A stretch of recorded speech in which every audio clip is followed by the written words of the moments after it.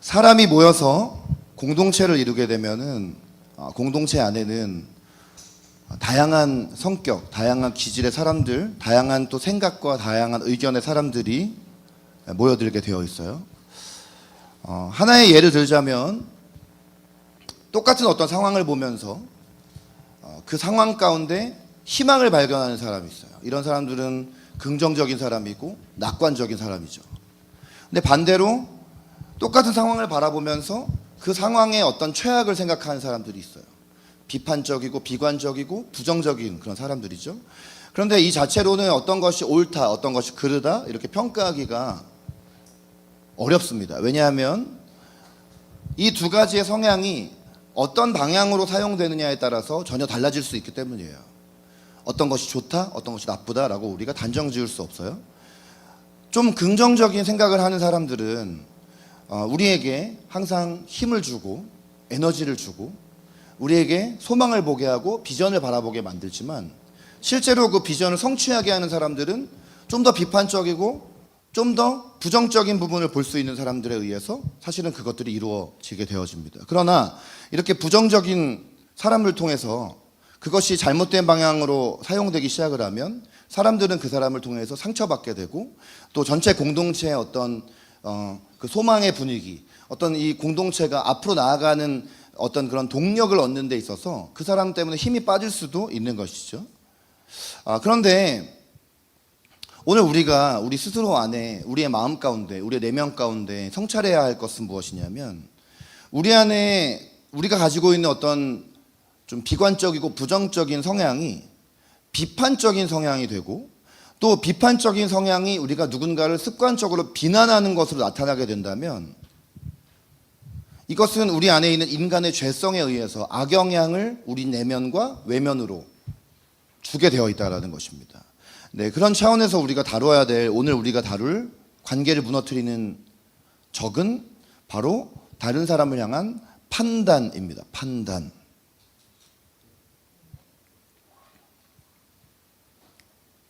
성향과 기질과 상관없이 우리는 기본적으로 누군가를 너무나도 쉽게 판단을 하게 되어져 있어요. 우리 옆에 있는 사람한테 이렇게 직면을 시켜주기를 바라는데 축복도 하지만 우리는 때로는 직면도 시켜줘야 돼.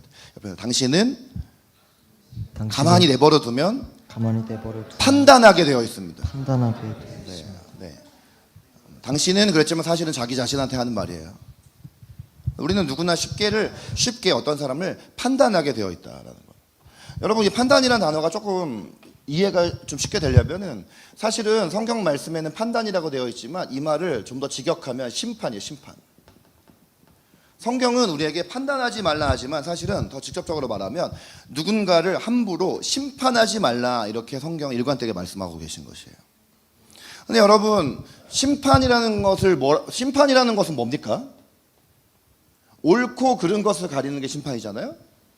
그러면 예를 들어서 심판이 바른 심판이냐 바르지 못한 심판이냐 이거를 가르는 구분하는 구분점이 뭐예요? 얼마나 이 심판이 공정하냐 불공정하냐 이거 여기서도 우리의 심판이 얼마나 좋은 심판인지 아닌지를 우리가 이제 판단을 하는 것이죠. 우리 입장에서. 그러니까 예를 들어서 한 나라에 법이 있다면 법이 얼마나 훌륭한 법이냐를 우리가 평가할 때 법의 훌륭한 점은 얼마나 이 법이 공정하냐, 공정성이 있느냐, 공의롭냐. 그러니까 성경적 용어로 말하면 법은 공의가 드러나야 되는 것이거든요. 네. 그런데 중요한 게 뭐냐면 정확하고 완전한 심판은 현존하는 우리 인간이 이거 할 수 있을까요? 여러분 아무리 훌륭한 정치 지도자나 왕이나 뭐 누가 이거 정확하고 공정한 심판 할 수 있는 사람 있을까요? 세상에 존재하는 법이나 규칙이 완전한 공정성을 드러낼 수 있을까요?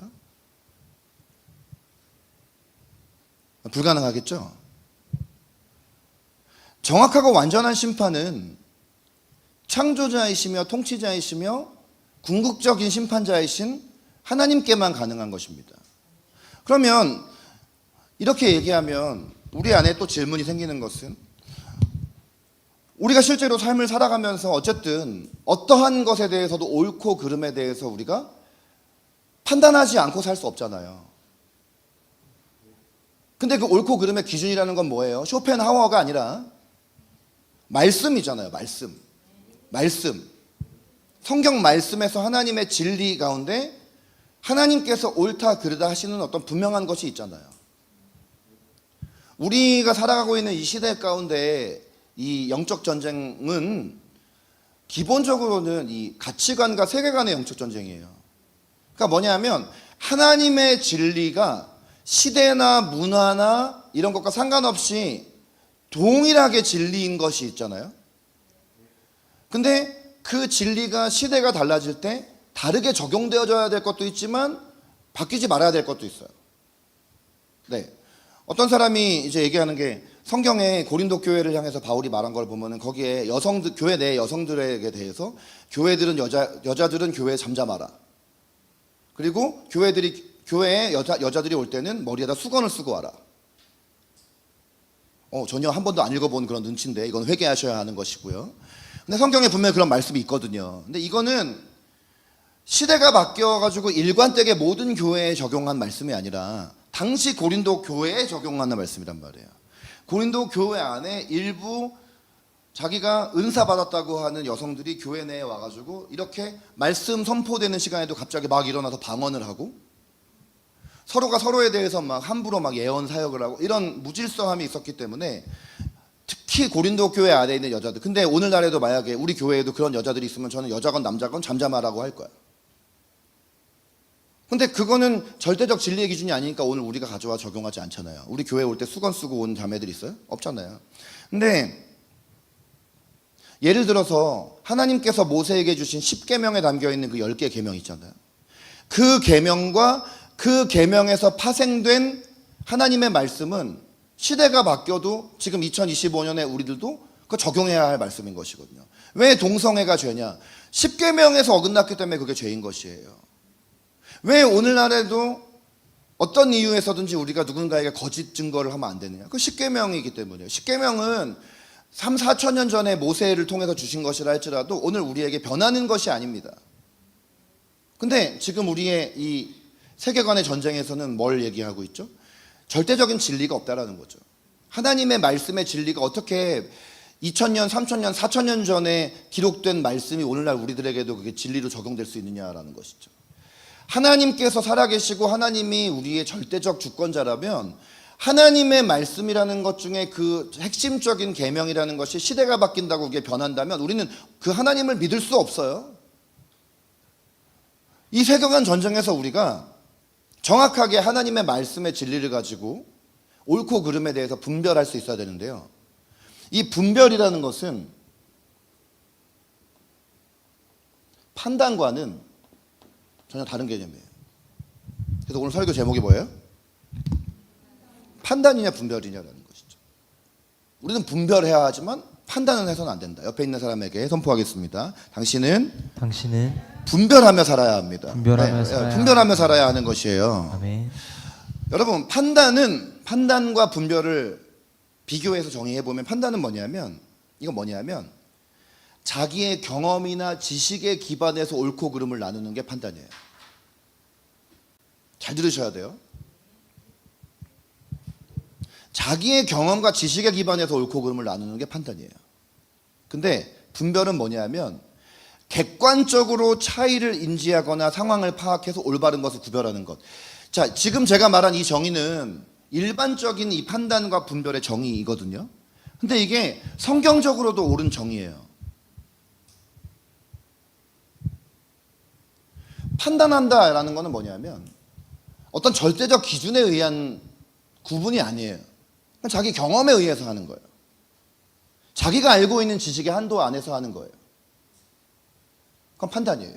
분별은 뭐냐면 객관적으로 차이를 인지한다 했잖아요. 객관성을 띈다는 건 뭐죠? 객관성이라는 거는 팩트 중심인 것이고 그것이 하나님의 말씀의 기준에 의한 것이라는 것이죠. 하나님의 말씀의 기준에서 어떤 차이를 인지하거나 상황을 파악해서 올바른 것을 구별하는 게 분별이다. 그리고 이 분별력은 기본적으로 1차적으로는 다른 사람에게 향하는 것이 아니에요. 나에게 향하는 것이에요. 분별은 기본적으로 다른 사람이 아니라 먼저는 나에게 향하는 것이에요. 네. 성경은 우리에게 분별하라고 얘기해요. 로마서 12장 2절 말씀 함께 읽어볼까요? 로마서 12장 2절.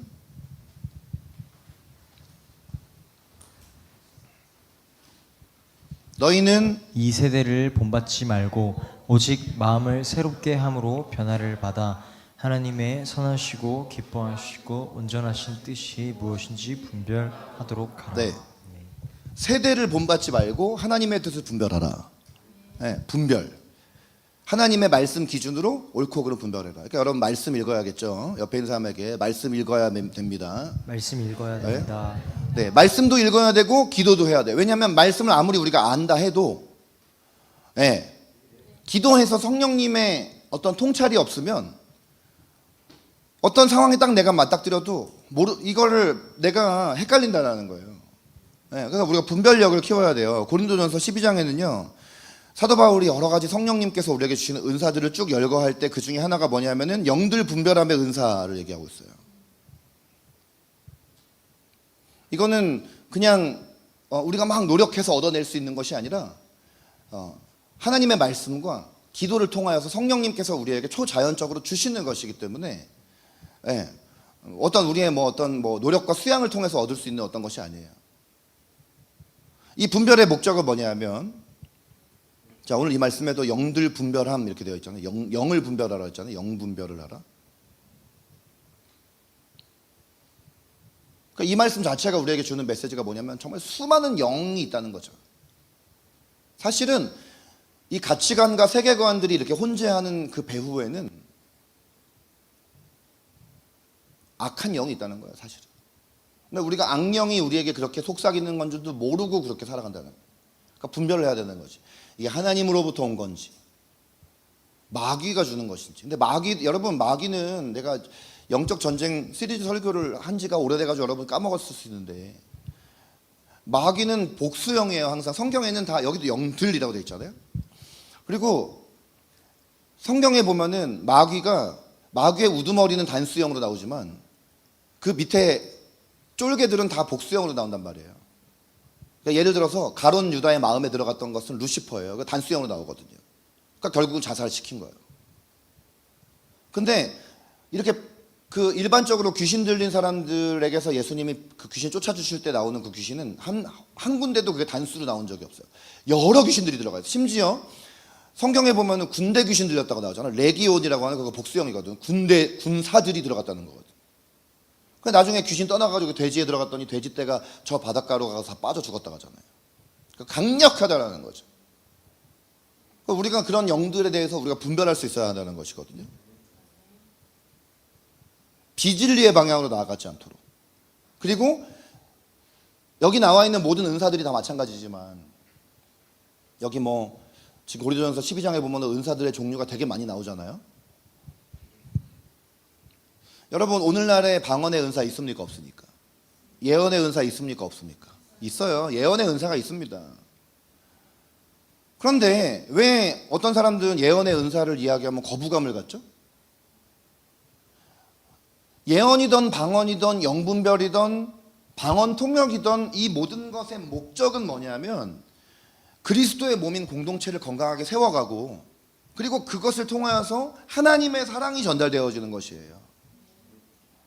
근데 우리가 어떤 은사 받았다는 사람이 나한테 어떤 사역을 했는데 사랑으로 그것을 전달한 것이 아니라 비난하고 정죄하는 것으로 우리가 그걸 전달하다 보면 우리 안에 은사 노이로제가 생겨요.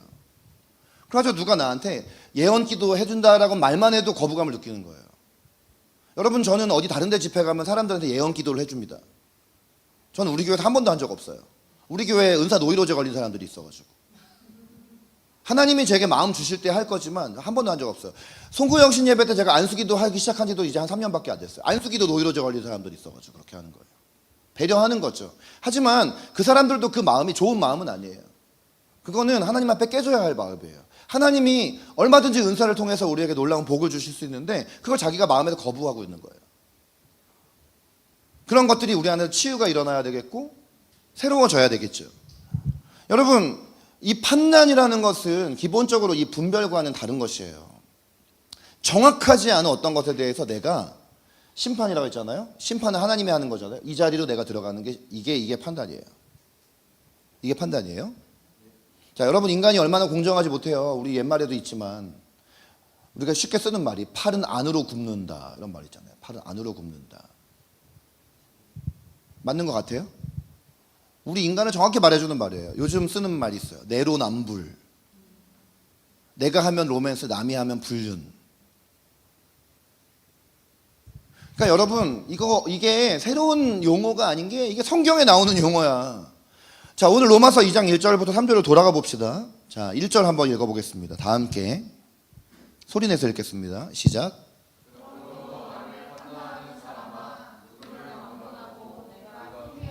될 것은 남을 판단하는 것으로 내가 너를 정죄함이니 판단하는 내가 같은 일을 행함이니라.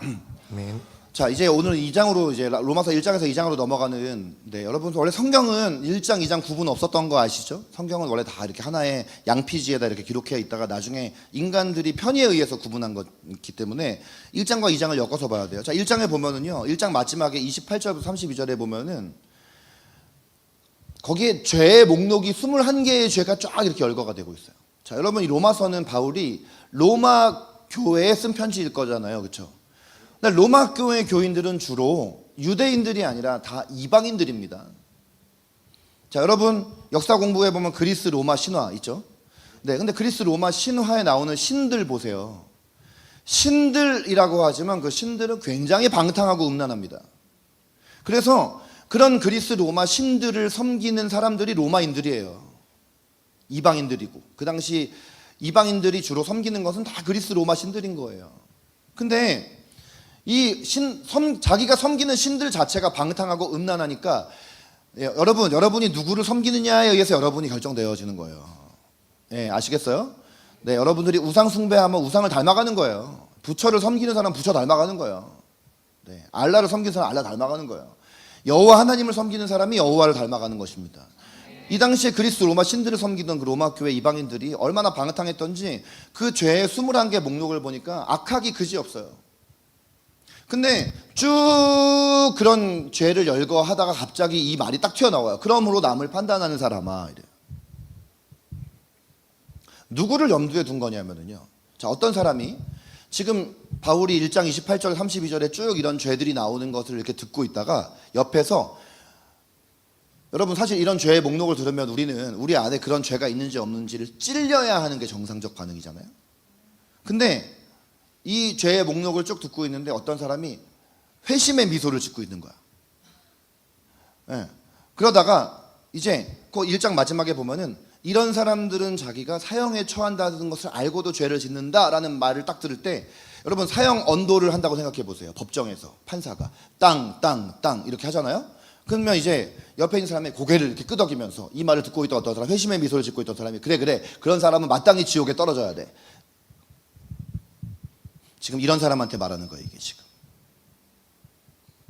1장 28절 32절에 나오는 그 사람들도 당연히 죄인이고 하나님 보시기에 죄인인 사람이지만 그런 죄인에 대한 그 죄성에 대한 죄의 목록을 듣고도 자기를 돌아보는 것이 아니라 그런 죄를 짓는 사람들이 사형 언도 받는 것을 박수치면서 좋아하는 사람들, 그런 사람들을 향해서 야, 너는 100% 의인이야? 이 남을 판단하는 사람아. 지금 이렇게 바울을 통해서 하나님이 말씀하시는 거예요. 그러면서 누구를 막론하고 네가 핑계하지 못할 것을, 남을 판단하는 것으로 네가 너를 정죄함이니 판단하는 네가 같은 일을 행함이니라 라고 되어 있어요. 남을 판단하는 것으로 네가 너를 정죄한다는 게 무슨 뜻이에요? 사람들은 남을 판단할 수 있지, 내가 그 죄 안 지으면 그만이지. 여러분들이 생각할 때, 여러분이 예를 들어 우리 뉴스에 보면 얼마나 많은 정말 악한 죄들이 나와요. 주로 그 죄들을 우리가 악한 죄라고 생각하는 탑 2가 그거예요. 살인죄, 그다음에 성적 범죄, 이 두 가지란 말이에요. 아니면 뭐 하나 더 들자면 도둑질을 하는 죄. 근데 여러분 생각해 보세요. 여러분들이 그러는 거. 난 어차피 난 살인한 적 없어. 난 성적인 범죄 지은 적 없어. 난 도둑질한 적 없어. 그러나 예수님께서는 마음의 음욕을 품는 자마다 이미 간음한 사람과 똑같다고 하셨고, 남을 미워한 자마다 살인죄랑 똑같다고 하셨어요. 이 말의 본질은 뭐냐면 우리 마음 안에는 죄성의 그 본질은 똑같다는 거예요. 뉴스에 나오는 법적으로 처벌받는 그 범죄자들은 그게 남들 앞에 밝혀지고 법의 처벌을 받았으니까 뉴스에 나오는 거지. 그럼 우리가 똑같은 상황과 환경에 우리가 몰려 있을 때 우리가 100% 그렇게 안 할 수 있다고 자신 있게 손들 수 있는 사람이 있느냐? 여러분이 하나님 앞에 똑바로 안 서 있으면 여러분 다 넘어집니다. 여러분들이 그 범죄 지은 사람의 모든 가정 환경과 배경과 사회적 환경들을 다 아세요? 모르잖아요. 근데 여러분이 어떻게 함부로 그 사람들을 손가락질만 할 수 있습니까? 여러분, 이거는 되게 거대 담론인 것 같지만요, 이런 기준으로 여러분이 지금 여기 교회 안에 있는 상대방, 여러분이 다 속으로 이 옆 사람들을 판단하고 있다고요. 그게 문제인 것이에요. 여러분, 누가복음 18장 9절에서 14절에 보면은 예수님께서 한 비유의 이야기를 하십니다. 네, 눈에 안 들어오니까 제가 설명을 드리면, 예수님께서 자기를 의롭다고 믿고 다른 사람들을 멸시하는 자들에게 이 비유를 말씀하세요. 근데 이 비유 안에 나오는 두 사람이 있어요. 한 사람은 바리새인이고, 한 사람 누구라고요? 네, 지금 눈 감기는 사람이 있을까 물어보는 거. 한 사람 누구? 네, 한 사람은 세리. 바리새인, 세리. 자, 그러면 이 바리새인은 예수님 당시에 유대교인으로서 가장 거룩하게 살려고 겉으로 거룩하게 사는 사람들이 바리새인이에요. 근데 세리는 어떤 사람이냐면요, 세리. 이때 로마가 통치를 할 때 유대인들에게 세금 걷어가지고 로마 정부에다 갖다 바치는 인간이야. 동족인데도, 여러분, 이게 우리 옛날 일제시대로 하면 어떤 사람일까요? 네, 일본 앞잡이, 요즘에 우리가 쓰는 비하하는 말로 매국노야, 매국노. 나라 팔아먹는 동족인 거야. 우리는 막 진짜 매국노를 엄청 욕하잖아요, 막. 근데 보세요. 두 사람이 이제 기도를 하러 올라갔어요, 성전에.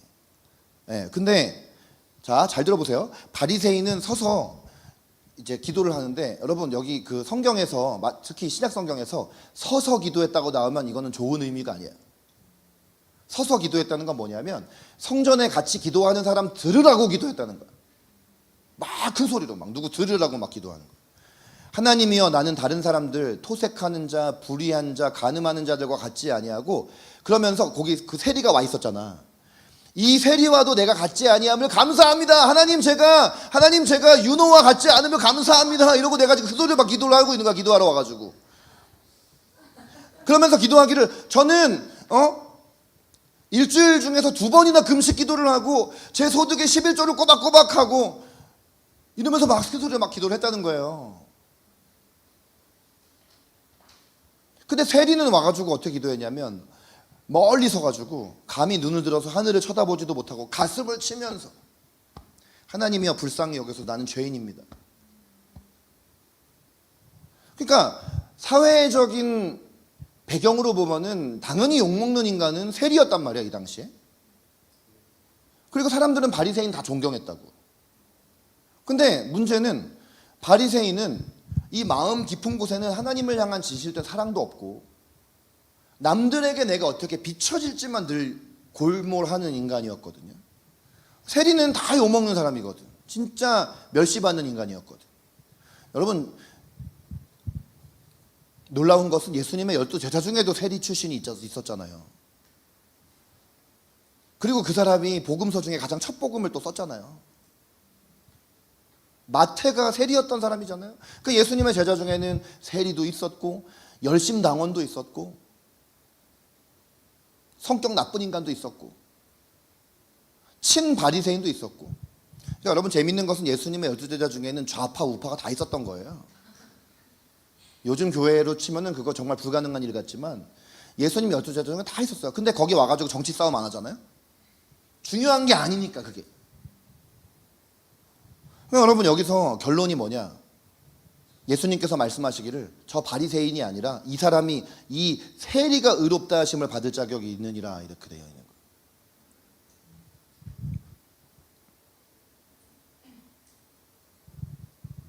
오늘 바울이 로마서 2장 1절에서 이런 말을 하고 있지만 사실은요, 바울이 원래 그런 사람이었어요. 바리새인 중에 바리새인이고요. 사도행전에 보면은 스데반 집사님이 이제 돌 맞아서 죽는 현장에 이 바울이 거기 서 있으면서 스데반이 죽임당함을 마땅히 여기니라 이렇게 되어 있잖아요. 그래서 스데반이 돌 맞아 죽는 걸 보고도 야, 참 그건 당연하지 이렇게 박수치고 있던 사람이라는 거예요. 앞에 1장 28절 30절 나오는 죄가 이방인의 죄이고 그 죄들이 육적인 죄이고 외적인 죄라면 이 로마서 2장에 넘어와 가지고 남을 판단하는 사람아 라고 말하는 그 대상이 되어지는 사람들이 바로 누구냐면 율법주의자입니다. 율법주의자. 특히 그런 사람들이 어디 중에 많이 있었냐면 유대인 중에 많이 있었어요. 마태복음 23장 27절 28절을 보면은 회칠한 무덤이라는 표현이 나오는데 예수님이 회칠한 무덤과 같은 서기관들과 바리새인들에게 화가 있을지어다 이렇게 말씀을 하세요. 회칠이라는 말은요, 여러분 무덤은 사람이 죽은 것을 장사 지내 놓은 것이 무덤이잖아요. 제가 이렇게 말하고 있는데 이렇게 되고 있어요. 자꾸 눈을 감으면서. 이 무덤이 회칠을 하고 있다는 건 뭐냐면 어차피 무덤 안에는 사람의 죽은 뼈가 들어있는 것인데 겉을 마치 회색보다 여러분 이걸 은색이라고 생각해 보세요. 반짝반짝거리게 그냥 이렇게 덮어놓은 거예요. 반짝반짝하게. 겉으로는 사람에게 옳게 보이되 안으로는 외식과 불법이 가득하도다 이렇게 되어 있는 거죠. 이게 바리새인인 것이에요. 지금 로마서는 바로 그런 사람들에게 말하고 있는 것이에요. 자기 중심적이어서 남한테는 엄격하면서 자기는 속으로는 그런 것이 가득하고 또 남들이 안 보는 곳에서는 또 그렇게 하면서. 그래서 오늘 로마서 2장 1절은 네가 같은 일을 행함이니라. 남을 판단하면서 자신을 정죄하는 사람이니라. 이렇게 이야기를 하고 있는 것입니다. 이런 일을 행하는 자에게 하나님의 심판이 진리대로 되는 줄 우리가 아노라. 사람은 각자 자기 기준에 의해서 판단을 하지만 오늘 이 말씀에 보니까 하나님의 심판은 진리대로 된다는 거예요. 사람의 경험과 지식에 의해서가 아니라 하나님은 겉으로 드러나서 법적 처벌받거나 겉으로 살인죄 짓고 간음죄 짓고 거짓 증거하고 이런 사람들의 죄는 당연히 판단을 받고 법적 처벌을 받지만 하나님의 기준은 그보다 더 엄청나고 엄격한 기준인데 그 기준은 내면까지도 다 들여다보는 기준이라는 거예요. 그게 기준이라는 거예요. 진리의 기준에 의하면 너도 예외가 없어. 여러분, 이 땅을 살면서도 하나님은 때로는 우리가 죄 짓고 살면 심판하세요. 이거 아셔야 돼요. 어떤 사람은 하나님 무서운 줄 모르는 이유가 죽은 뒤에 심판한다는 말이 우리한테 별로 와닿지가 않잖아요. 우리 어차피 오래 살 거니까. 특히 여기 10대들 앞으로 여러분 시대에 여러분 앞으로 이제 100년 더 살아야 해요. 너무 좋아요? 중요한 건 뭔지 아세요? 100년 더 살아야 되지만 건강하게 100년 더 살면 좋은데 둘 중에 한 명은 치매야. 셋 중에 한 명은 암투병자야.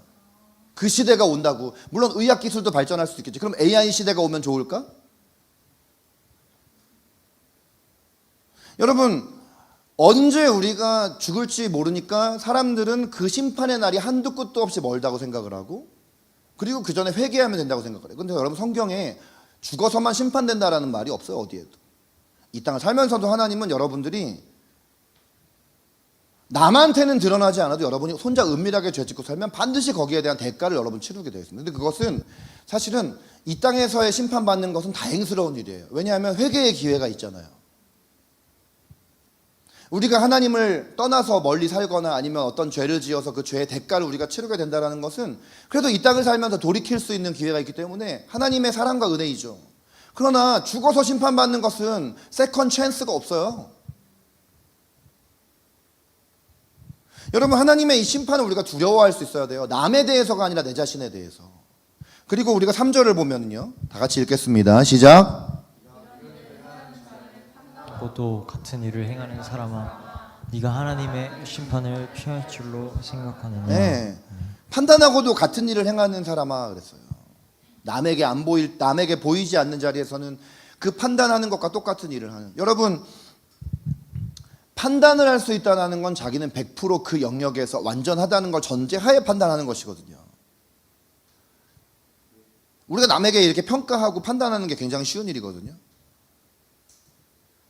그러려면 내가 그 부분에 대해서 100% 완전해야 되는데 그 기준을 자기한테 적용시킨다면 우리가 100% 의로운 사람이 어디 있어요? 아무도 없거든요. 여러분, 인생이 이렇게 인생을 살다 보면 우리 안에 우리가 원치 않는데 어떤 죄를 짓거나 좀 어그러진 어떤 말과 행동을 이렇게 하게 되어지는데,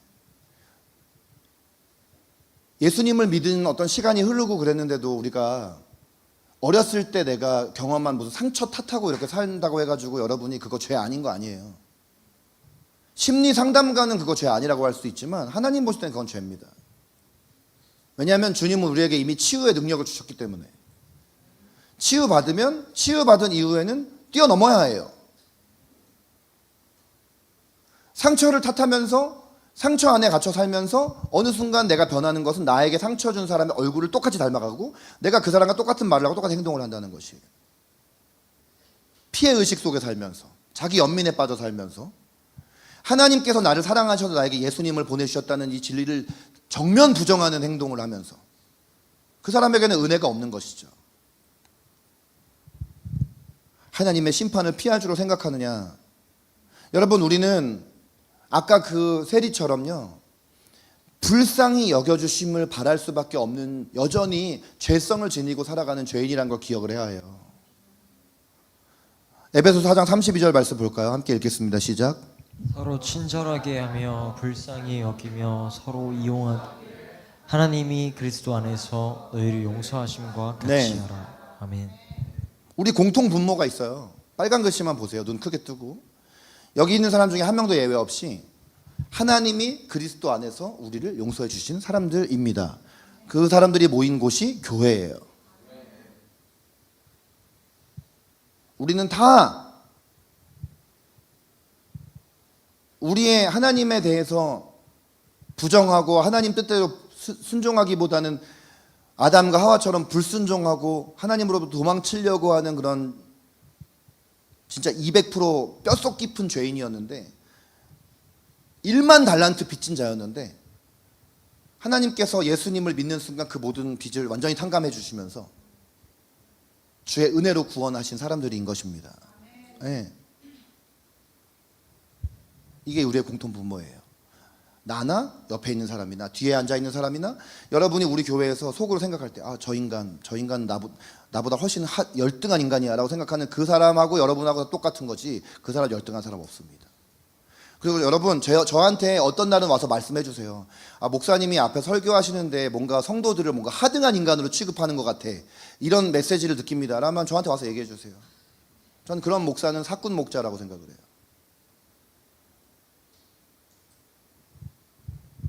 여러분, 오늘 이 로마서 2장 1절에서 3절 뿐만 아니라 예수님께서는 복음서 마태복음 7장 1절에서 5절에서 무슨 말씀하시냐면, 비판을 받지 아니하라거든 비판하지 말라. 너희가 비판하는 그 비판으로 너희가 비판을 받을 것이요.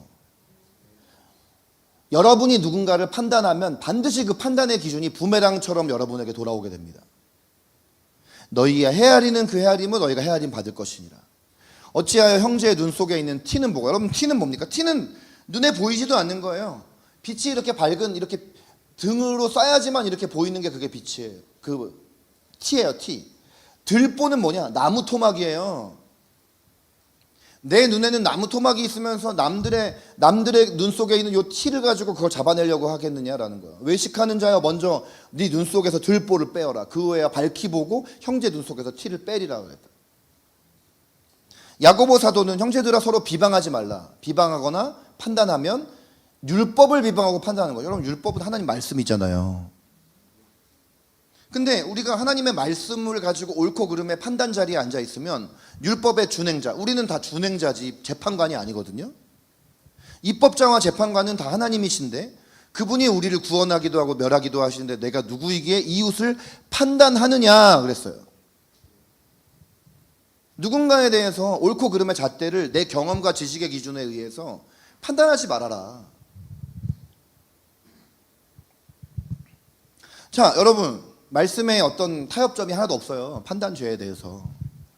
판단하는 것은 죄입니다. 자, 그러면 오늘 이것을 우리의 관계 회복의 차원으로 한번 가져와 보기를 원하는데요. 일단 우리가 이 판단죄가 우리 이 뿌리 깊은 죄성으로부터 말미암는다는 것을 이해하셨죠, 여러분? 그리고 이 판단의 죄를 우리는 이제 주님 안에서 이걸 반드시 극복해야 될 관계의 과제인데요. 뭐 우리가 그동안 다뤄온 것, 용서하지 않는 마음, 화해하지 않은 관계들, 또 우리 안에 있는 어떤 지난주에 우리가 거룩함의 영역들을 다뤘었는데 이제 우리가 또 넘어야 하는 또 하나는 이 판단하는 이런 것입니다. 여러분, 주님은 오늘 이 아침에 우리를 이 판단죄로부터 우리를 자유케 하기를 원하십니다. 네, 하나님은 오늘 여러분에게 여러분이 이 판단죄를 가지고 있으면 다른 사람 이전에 먼저 여러분 자신이 하나님과 멀어지고 넘어지기 때문에 하나님께서 오늘 이 말씀을 하시는 거예요. 자, 살짝 개인적인 얘기를 하면요, 제가 이렇게 사람들 앞에 서는 사람이다 보니까 판단받는 것으로부터 도망을 칠 수가 없는 사람이에요. 어제 제가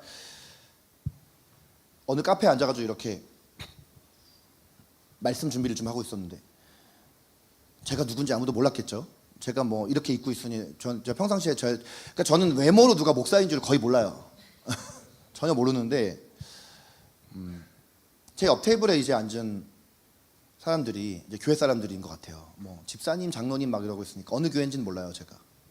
근데 그 교회 사람들이 자기 목사님을 이러쿵저러쿵 막 얘기를 하고 있는데 너무 커가지고 제 귀에 다 들려. 제가 설교 준비하고 있는 거 그분들 몰랐을까. 근데 제 귀에 다 들리는데 무슨 얘기를 하는가 봤더니, 아, 우리 목사님은 설교가 너무 성경 강의식이라서 초신자들이 오면은 설교가 너무 어려워. 그래서 우리 교회를 안 와. 근데 가만히 보니까 그 교회를 다닌 지가 오래되신 분들이야, 다. 그리고 아마 큰 교회가 아니라 이제 제가 이렇게 세세하게 다 들릴 정도로 다 그분들이 너무 크게 얘기해가지고 뭐 우리 교회 정도 되는 숫자 모이는 교회 같아. 근데 막 그분들이 모여가지고 하니까 우리 교회는 이래가지고 교인이 안 와. 전도하기가 어려워. 우리 목사님은 새신자들 교육을 안 해. 새신자들이 오면 새신자 교육도 좀 해야 되는데 우리 목사님은 그냥 예배 설교만 너무 어렵게 맨날 성경 강의를 해. 이런 얘기를 막 하는 거예요. 그래서 제가 속으로 어떤 생각을 했냐면, 야, 우리 교인들도 어디 가서 카페 가면 나에 대해서 이렇게 얘기할까? 괜히 두려운 거야. 괜히. 우리 집에 그래가지고 어제 밤에 가가지고 그걸 이렇게 가만히 생각을 하다가 책꽂이에 책을 딱 이렇게 하나가 눈을 딱 갑자기 내가 이렇게 오른쪽으로 돌렸는데 책꽂이에 갑자기 무슨 책이 있었냐면 그들은 교회가 아니라 목사를 떠나는 것이다, 이런 책이 있었어요. 그러니까 교회를 떠나는 사람은 사실은 교회를 떠나는 게 아니라 목사가 싫어서 목사를 떠나는 거라는 거야. 그 책을 제가 읽은 책이에요. 그러니까 여러분 앞으로 교회 나가시면 제가 그렇게 받아들인다는 거야. 아, 저 교인은 김윤기 목사를 싫어가지고 교회를 나갔구나. 여러분, 제가 이 얘기를 왜 하냐면요, 저희들이 목회자가 될 때요, 학교에서 신학 수업 받을 때 목회자가 목회를 하면서 사람들한테 판단을 받을 수밖에 없잖아요, 사실은. 근데 이 판단을 받을 때 이걸 어떻게 다뤄가야 하는지 배운 적도 없고요. 그리고 성도들을 목양해야 될 때 디테일하게 어떻게 처신해야 되는지를 배운 적이 없어요. 사실은 이 목양을 하면서 배워가는 거예요, 경험을 통해서. 한 번 설교 듣는다고 해서 그 목사가 52주 동안 설교를 그렇게 하진 않잖아요. 우리가 방송에 나오는 목사님 설교를 이렇게 듣잖아요. 여러분 그런 분들 있죠. 어느 날 한 번 그 목사님 딱 설교 들었는데 그 설교에서 어떤 부분이 마음에 안 들어. 그럼 다시는 그 설교 안 듣잖아요. 이게 판단이에요. 이게 판단인 거예요. 그 목사님이 52주 그렇게 설교하지 않을 수 있고 어느 한 주간엔 그 목사님도 실수할 수 있지만 나머지 51주는 어떤 설교를 한지 우리는 알 수 없는 것이거든요. 그러니까 이 유튜브 나가는 이 설교가 무서운 거야. 지금 하고 있는 이 설교도 유튜브 나가잖아. 이게 노출이 되거든. 이 유튜브에 조회수가 점점 올라가. 우리 교회 설교가 이상하게도 어디다 노출이 되어지는지. 제가 22살 때 사역한 지 얼마 안 돼. 저희 집에 이제 아이들이 가끔 와가지고 놀러 오는데, 남자애들이 이렇게 놀러 와가지고 막 집을 완전히 개판으로 만들어 오는데, 뭐 저희 부모님도 같이 사셔요. 그때는 부모님이 뭐 또 부모님도 젊으셨으니까 막 오는 걸 막 지금 절대 못 오게 하시는데, 그때 이제 오면은 저희 집에서 이제 막 잠도 자고 가고 막 이래요. 근데 제가 그때 당시에 데스크탑이 있었어요. 노트북이 없고, 그때는 노트북이 흔하지 않을 때니까. 그게 데스크탑이 있었는데 컴퓨터 검색창에 이 친구가 이렇게 검색을 하면, 요즘에는 검색어 삭제 기능이라도 있지만 그때는 이렇게 검색어가 다 뜬단 말이에요. 이렇게 막 그 저기 한 자주색 글씨로 이렇게 뜬단 말이죠. 근데 뭐 우리 집에 왔던 애들이 뭐 제 컴퓨터건 제 서랍이건 뭐 옷장이건 막 다 난리 쳤거든요. 막 와가지고 막 냉장고에 있는 거 먹을 거 막 다 자기 집에 가져가고 어떤 애는 집에 쌀도 퍼갔어. 근데 뭐 이런 일들이 너무 많았으니까 뭐 제 물건이 뭐가 없어졌는지 뭐 그 당시에는 이제 CD 테이프 있을 때인데 막 CD 테이프도 막 자기들이 가져가고 자기 가방에 챙겨가고 막 내가 준 적도 없는데 어느 날 걔네 집에 가 보니까 그 집에서 막 내 CD가 막 나와. 깜짝 놀래. 깜짝 놀래. 제가 이 얘기를 왜 하냐면 이제 그때 한창 저희 집에 많이 왔던 중학교 3학년 남자애들이 있었는데 얘네들이 이제 3년 4년 지나가지고 다 커가지고 우리 단체 간사가 됐어요. 근데 이제 어떤 그 중에 1인 친구가 이제 신학교를 들어가게 됐어. 저 광은 전사님 다니는 저 학교를 들어가게 됐어. 근데 이 친구가 이제 간사로 와가지고 사역을 하다가 제가 이제 이 친구가 이제 좀 이렇게 막 굉장히 막 엄청 활달한 친구예요. 그런데 그러니까 이게 활달함이 너무 과해가지고 아무 때나 막 나서고 막 이런 친구여가지고 제가 좀 가만히 좀 있어 내가 막 이랬어요. 근데 이 친구가 갑자기 눈빛이 이렇게 확 갑자기 돌변을 하더니 막 저한테 막 성질을 막 내는 거야. 그 나중에는 자기 분을 못 이기고 사무실에 있던 의자를 집어 던지는 거예요. 막 난 너무 무서워서 난 싸움 못 하거든. 난 그런 거 보면 너무 무섭거든. 동석이가 막 생각나고 또 막. 근데 가지고 좀 이제 다른 친구가 얘를 가가지고 이렇게 화를 가라앉히고 저한테 데려왔어. 그래가지고 이제 제가 얘기를 하는데 이 친구가 무슨 얘기를 했냐면 제가 그냥 하영아 좀 가만히 있어 이렇게 말해가지고 더 상처받은 게 아니라 마음에 저희 집에 3년 전에 놀러 왔을 때 검색창에 검색어 하나 때문에 이걸 마음에 담아두고 있었더라고. 근데 이 친구가 우리 집에 왔을 때 검색창에 망가라는 단어가 있었대. 망가가 일본어로 만화예요. 근데 여러분 저는 아무리 생각해도 제가 검색창에 망가를 검색한 적이 없거든요. 그러니까 그 인간들 중에 누군가 검색을 했겠지. 근데 그 당시에는 망가가 그냥 망가가 아니라 일본의 음란 만화를 상징하는 단어였어요 이게. 그러니까 이 친구가 4년 동안을 저에 대해서 오해를 한 게 아, 저 형은 자기 혼자 몰래 집에서 망가를 보고 있구나. 우리한테는 맨날 그런 거 보지 말라고 하면서 저 형은 저런 걸 뒤에서는 다 보고 있는 인간으로 생각. 차라리 와가지고 얘기하지. 차라리 와가지고 아니 검색창에 망가가 있네. 이거 뭐야? 형이 본 거야? 막 이러고 물어보면 되는데 4년을 이걸 마음에 담아두고 있다가 너 좀 가만히 있어라고 했더니 이거에 자기 분을 다 담아가지고 의자를 집어 던진 거야. 근데 여러분 이 얘기가 남 얘기 같아요, 여러분? 이게 판단이에요, 이게 판단. 여러분 근데 이것과 전혀 다른 얘기 하나를 해드릴게요. 제가 몇 년 전에 어떤 청년 정신질환 걸린 청년이 하나 있어가지고 이 친구가 이 센터에서 막 행패를 막 부려가지고 막 간사들이 막 옷이 찢기고 막 이런 일이 있어요. 여러분 이래서 CCTV가 있는 거예요 지금. 근데 너무 위급한 상황이라고 그래가지고 제가 그때 서울에서 어떤 분을 만나고 있다가 기차표도 없고 버스표도 없어가지고 그만 택시를 탔어 원주까지. 근데 이제 이걸 들은 우리 다른 어떤 친구가 택시비 너무 많이 나오니까 양평역에 내리시라는 거야. 그래서 양평역까지만 가서 내렸어. 20만 원 나올 게 10만 원만 나왔지. 그래서 양평역에 내려가지고 거기서부터 이제 원주까지 이렇게 그 차를 타고 왔는데 여기 이제 원주 와가지고 여기 센터에 와가지고 이제 모든 상황들을 다 정리하고 다 마무리가 됐어. 그랬는데 그 저를 차를 태워준 그 친구가 갑자기 저보고 형님 저 할 얘기가 있습니다 이러는 거야. 그래가지고 갑자기 막 다 나가래.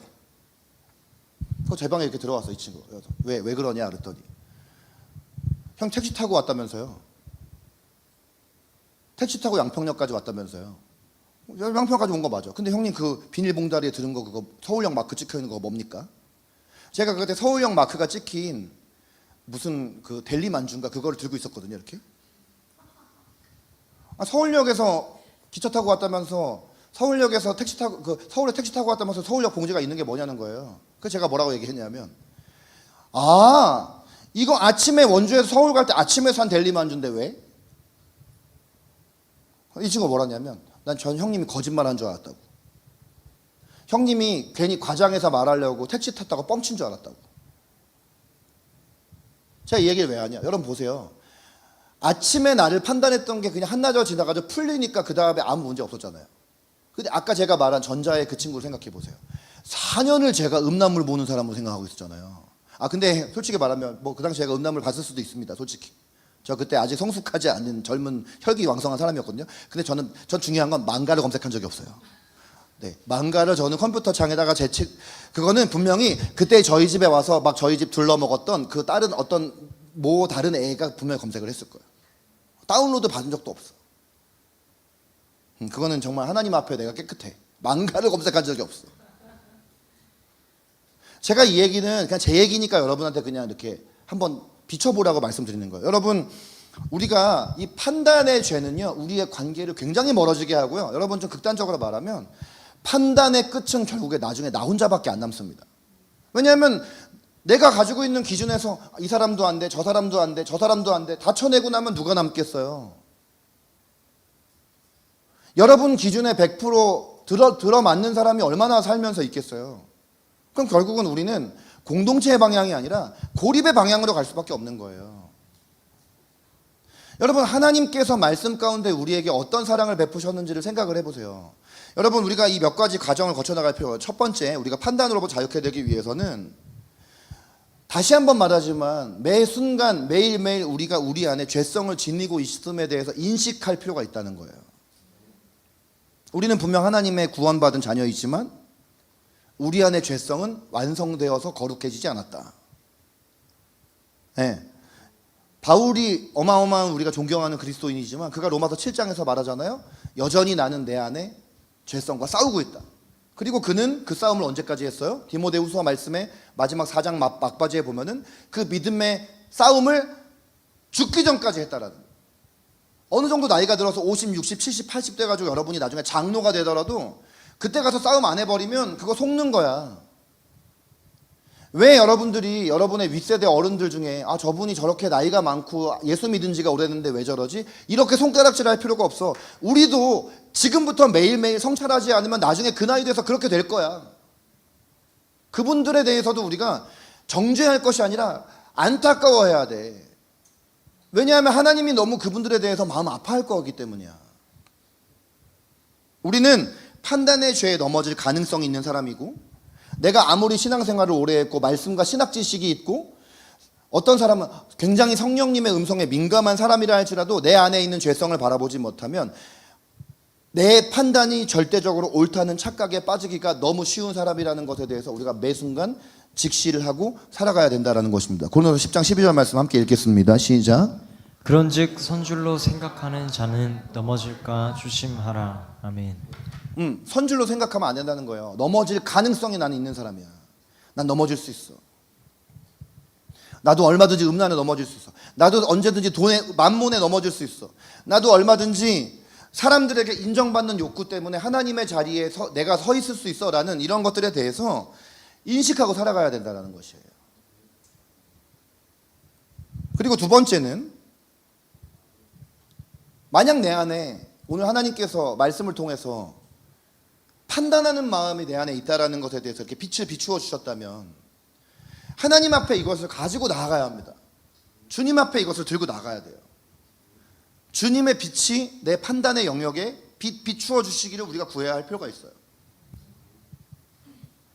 우리가 판단하는 것은 엄연히 하나님의 말씀의 절대적 기준이 아니라 우리의 경험과 지식의 영향을 받는다고 우리가 말씀드렸죠. 우리가 판단하는 많은 그 경험들이 어떤 경험이냐면, 여러분 또 말하지만 사실 상처의 경험 때문에 우리 안에 판단 의식이 자꾸 생겨요. 상처의 경험. 그래서 여러분 이걸 한번 생각해 볼 필요가 있는데, 왜 우리는 하나님보다 상처가 그렇게 클까요? 여러분, 이제 우리가 예수님을 믿은 지, 여러분 여기 아무도 초신자가 거의 없는데 예수님을 이렇게 오래 믿어오고 우리가 날마다 하나님의 말씀도 보고 기도도 하고 이러면 이제는 과거의 상처에 얽매여 살지 말아야죠. 근데 상처에 얽매여 살지 않기 위해서는 물론 상처 치유도 받아야 되지만요, 치유받았어도 치유받은 사람으로서의 믿음의 행동을 해야 합니다. 그렇지 않으면 치유 안 돼요. 예를 들어 볼까요? 제가 막 학교 폭력도 당하고 학교 다닐 때 막 사람들 막 수백 명 모여 있는 자리에서 연주하다 실수하는 그런 것도 제가 겪었어요. 그러면 그 상처에 매여 있으면 이제 저는 어느 누구 앞에서도 말을 못 해요. 덜덜덜 떨려가지고. 근데 극복하려면 어떻게 해야 돼요?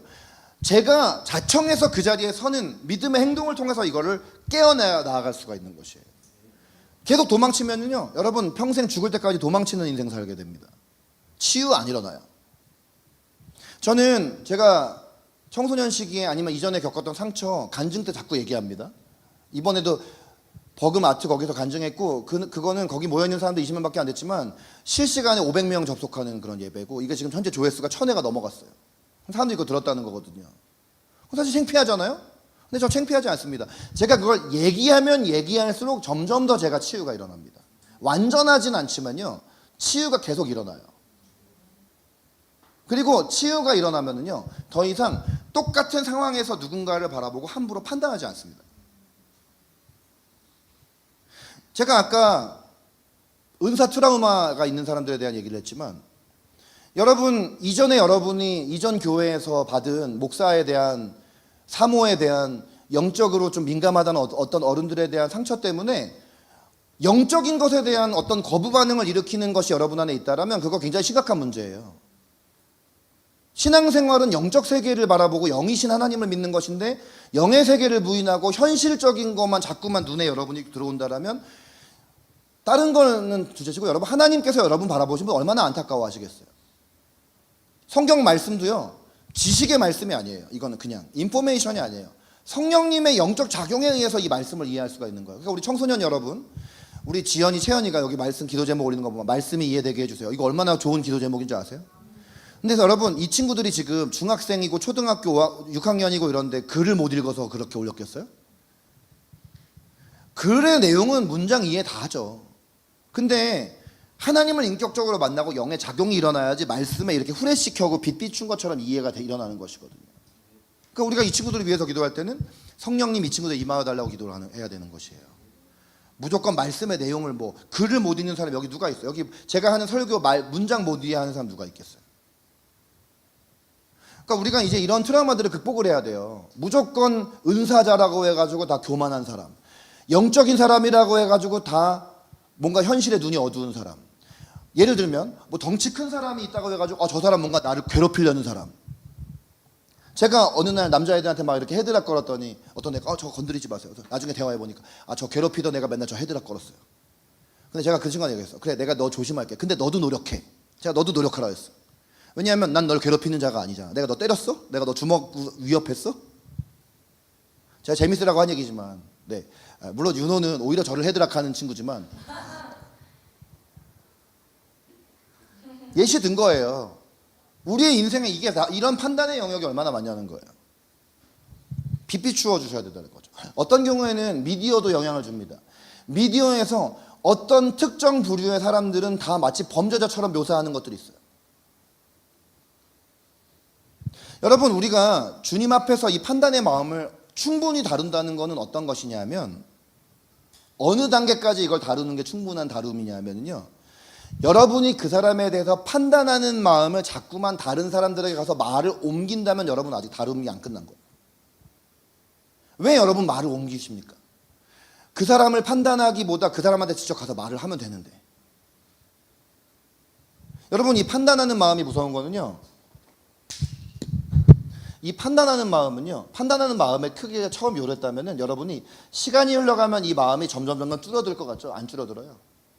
판단하는 마음을 그대로 놔두면 막 이렇게 뻗쳐나갑니다. 이렇게 뻗쳐나가요. 그리고 사탄이 여기에다 이렇게 기름을 붓습니다. 판단하는 마음이 나중에는 분노로 변하고요, 이 분노가 나중엔 죄로 발전을 합니다. 에베소 4장 26, 27 읽을까요? 시작. 품지 말고 마귀에게 틈을 주지 말라. 네. 아멘. 이 분을 내는 것은요, 마귀에게 틈이 되거든요. 분을 이렇게 밖으로 욱 하고 표출하는 것보다 이 마음에 담아두는 건 더 무섭습니다. 이렇게 담아두면 이게 나중에 마치 뻥 하고 터져버리기 때문이에요. 판단하는 마음이 이 분으로 발전을 하면 이게 언젠가 이게 날 서 있는 것과 같아서 어느 순간 누군가에 의해서 살짝만 자극이 일어나면 거기서 아주 뻥 하고 터져버리는 거예요. 그러니까 주님 앞에 이거를 충분히 기도 가운데, 말씀 가운데 다뤄나가야 된다는 것이에요. 주님 앞에 빛 비춰달라고 하는 것이에요. 그리고 가장 우리 안에 이 마음을 해결하기 위해서 주님께 우리가 구해야 할 것이 뭐냐 하면 바로 아까 우리가 읽었던 에베소 4장 32절에 바로 이 불쌍히 여기며 하는 이 불쌍히 여기는 마음이에요. 자, 여러분 주목해 보십시오. 여러분 여기 있는 우리 옆에 있는 이 사람들에 대해서 불쌍히 여기는 마음이 있습니까? 네? 유나 어때요? 엄마에 대해서 불쌍히 여기는 마음이 있나요? 없어요? 너무 당당하게 얘기하는데요. 근데 그러면 유나는 지금 이 말씀에 불순종하고 있는 거예요. 그리고 하나님이 예수 그리스도 안에서 유나를 얼마나 깊이 사랑하시고 용서하셨는지에 대한 이해함이 없는 거예요. 유나 잘 생각해 보세요. 우리 윤은경 집사님이 얼마나 불쌍한 분입니까? 저랑 지금 나이 차이도 얼마 안 나는데 저는 결혼 안 했으니까 자녀 양육 안 해서 자녀 양육의 고충을 모르지만 천 집사님하고 윤 집사님은 지금 제 나이에 우리 두 자녀를 양육하느라고 정말 온 삶을 다 여러분 먹여 살리려고 밖에 나가서 일하시죠. 여러분이 집에서 뭐 지금 한창 사춘기 겪으니까 사춘기라 집에 와가지고 이제 반항심 있으니까 막 말 안 듣죠. 그러면 저 부모님들은 여러분 앞에서는 강한 모습이지만 뒤에 가서 눈물 흘리며 기도하십니다. 여러분은 부모님이 여기 있는 여러분들은 크리스찬 부모님이 여러분이 없는 자리에 눈물 흘리면서 여러분 때문에 기도한다는 거 알고 계세요? 알고 계시지만 생각도 안 하려고 하시겠죠. 그냥 부정하는 거예요. 아, 부모는 무조건 나를 위해 희생하는 존재야. 그냥 무조건 나한테 사랑해주기만 해야 돼. 나는 내가 부모님을 위해서 뭐 해준 거 너무 아까워. 부모님이 내 생일날은 막 선물 사줘야 되지만 부모님 생일은 여러분 부모님 생일도 모르죠. 솔직히 여기 있는 사람 부모님 생일 모르는 사람 많아. 근데 가족도 이러는데 심지어 이런 교회 안에서는 얼마나 우리가 서로에 대해서 이런 마음이 없겠어. 목사도 불쌍한 사람이고 전도사도 불쌍한 사람이고 여기는 한 사람 한 사람 다 불쌍한 사람이야. 우리 오랜만에 우리 다현자매랑 순영자매도 여러분 너무 반갑죠, 그렇죠? 근데 여기 지금 한 또 2달 만에 온 순영자매, 이 사람 불쌍한 사람이야. 주일날도 가서 일해야 돼. 그럼 어떤 사람은 이거 똑같은 이걸 보면서 아니 어떻게 저렇게 믿음이 없어가지고 주일날도 일하는 직업을 가지고 있어? 이거는 삐뚤어진 마음이지. 아니 이 순영자매가 하나님을 믿고 사랑하는 사람인데 저 직업을 가지고 있기 때문에 온라인으로 따로 예배 드려야 된다는 게 너무 안타까워. 그러면 한마디 격려하는 거야. 여기 와서도 먼저 다가가고. 근데 여기 있는 사람들은 불쌍히 여기는 마음이 다 어디로 향하냐면 자기한테 향하는 거야. 자, 여러분 다음 주에 이것을 다루니까 기대하십시오. 다음 주의 주제는 자기를 불쌍히 여기는 마음이 얼마나 나쁜지에 대해서 얘기할 거예요. 여러분이 나이가 어리다고 예외가 아니에요. 우리 교회 막내 채연이 불쌍히 여기는 마음은 나를 향한 것이 아니라 다른 사람을 향해야 하는 것이에요. 여러분 주님께 우리가 이 마음을 구해야 하는 것이에요. 하나님 제 안에 다른 사람을 주님의 눈으로 바라볼 수 있는 불쌍한 눈으로, 여러분 이 불쌍하다라는 마음이 약간 부정적인 어감이라고 생각이 들면 긍휼의 마음으로 바라볼 수 있는, 하나님이 바라보시는 그 눈으로 바라볼 수 있는 눈을 나에게 달라고. 자꾸만 나 자신만 이렇게 자기 연민에 빠져들지 말고. 성숙하면 우리가 주님만 성숙하면 2단계에 우리가 이룰 수가 있어요. 누군가가 막 나를 향해서 어떤 뭔가 나에게 거절의 메시지를 보내고 비난하는 것과 같은 그런 느낌을 받을 때 성숙하지 않을 때는 저 사람 나한테 왜 저러지라는 생각이 들지만 주님 앞에서 이런 마음들을 충분히 다루고 내 안에 하나님이 주신 담대함이 생기고 나면 오히려 나한테 그렇게 하는 그 사람이 불쌍한 사람인 거예요. 저 사람 안에 얼마나 주님의 은혜가 없으면, 마음에 건조함이 있으면 나한테 저렇게 할까. 그러면 내가 오히려 먼저 다가가서 그 사람을 안아줄 수가 있는 것이에요. 여러분 목사라고 해서 제가 맨날 여러분에 먼저 다가가 주길 바라죠. 제가 다가와서 인사 안 하면 목사님 저한테 왜 인사 안 해요? 목사님 너무 사랑이 없어요. 막 이렇게 대놓고 얘기하시잖아요. 그러면 제가 가만히 있으면 왜 여러분은 저한테 와서 인사 안 하세요? 제가 여러분에게 1대1 맞춤형 무슨 카운셀러예요? 저는요 다시 한번 말씀드리지만 일주일에 한 번 이 설교를 통해서 여러분을 사랑하는 사람입니다. 1차 직분은 이것이에요. 그 다음에 나머지 것들을 하는 것이죠. 그러니 여러분 저 얼마나 불쌍합니까? 저보고 그렇게 말하지 마시고 저한테 먼저 연락해 저한테 밥 한 끼 사주세요. 차 한 잔 주시고. 네, 우리 아무리 청소년들도 저한테 백다방 1,000원짜리 커피 한 잔 사줄 수 있잖아. 전도사님과 같이 사주면 더 좋고. 이런 마음이 있어야 돼. 이게 불쌍히 여기는 마음이야. 나 지금 이거 자기 연민으로 말하는 게 아니라 교육시키는 거야. 응.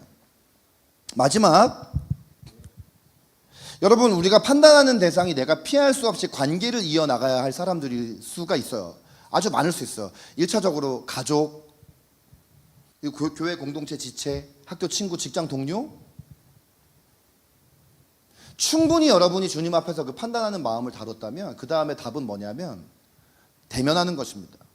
대면해야 됩니다. 여러분, 대면하면 쉽게 풀릴 것을 우리 마음에 혼자 이 마음을 막 이렇게 안고 있으면서 우리의 에너지가 다 여기 빼앗깁니다. 대면하는 것이에요. 만나서 얘기하는 것이에요. 제가 이런 얘기하면 어떤 친구 뭐라 하냐면, 만나서 얘기해봤자 걔는 안 받아들일 거예요 라고 하는데, 그것도 판단입니다. 그러면 그렇게 말하는 여러분은 얼마나 수용적이시고 얼마나 잘 받아들이시는 분이세요? 좋은 대화가 아닐 수 있죠, 직면하는 대화는.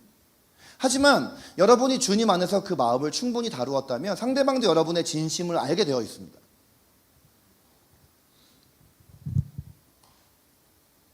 여러분, 주님이 우리의 화평의 근원이세요.